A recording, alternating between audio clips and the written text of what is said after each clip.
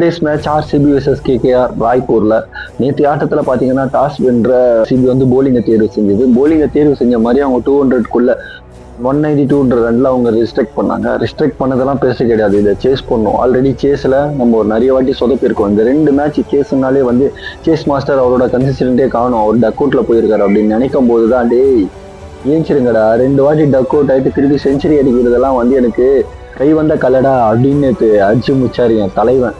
சரியான இன்னிங்ஸுங்க. அடிச்சிட்டும் அவ்வளோ செலிப்ரேஷன் கிடையாது, 100 அடிச்சிட்டும் அவ்வளோ செலிப்ரேஷன் கிடையாது. சில ஜோக்கர் பசங்களுக்கு இதனால என்ன சொல்ல வர்றாருன்னா, இதெல்லாம் எனக்கு பெரிய மேட்டரே கிடையாதுடா, நான் நினைச்சா 100 அடிப்பேன், அதெல்லாம் எனக்கு பெரிய விஷயமே கிடையாது. அதாவது ஒரு கம்பீர்ன்ற ஜோக்கர் பையன் சொன்னா சில பேர் மைல் ஸ்டோனுக்கு ஆடுறாங்கன்ட்டு, மைல் ஸ்டோன் ஆடுறது முக்கியம் இல்லடா, என் டீமை நான் வின் பண்ணி கொடுக்குறது முக்கியம்டான்ற மாதிரி தான் அந்த பார்வை இருந்தது. இது மூலம் அந்த ஜோக்கர் பசங்கள்லாம் திரும்பி வரமாட்டாங்கன்னு தான் நான் நினைக்கிறேன். நீங்கள் கேகேஆர்ல பார்த்தீங்கன்னா அதிகபட்சமாக ரகுவன்ஷி அவர் வந்து 71 ரன் அடிச்சாரு, ரிங்கு வந்து 49 தான் அடிச்சிருந்தாரு.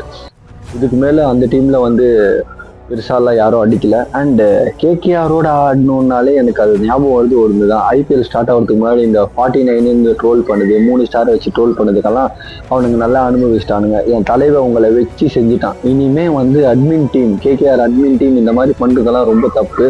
மூடிட்டு உங்கள் வேலையை பாருங்க, அதுதான் உங்களுக்கு நல்லது. நேற்று ஆட்டம் எப்படி போச்சு? தலைவரோட செஞ்சுரி உங்களுக்கு எந்த அளவுக்கு பிடிச்சிருந்தது? 2026 ஒரு செஞ்சுரியே அடிக்கலடான்னு எதிர்பார்த்திருந்தவங்களாம் ஒரு இது கிடைச்சிருக்கு. ஆர்சிபியோட பர்ஃபார்மன்ஸ், கோலியோட பர்ஃபார்மன்ஸ் எப்படி இருந்ததுன்ட்டு கமெண்ட்ல தெரியப்படுத்துங்க. தேங்க்யூ.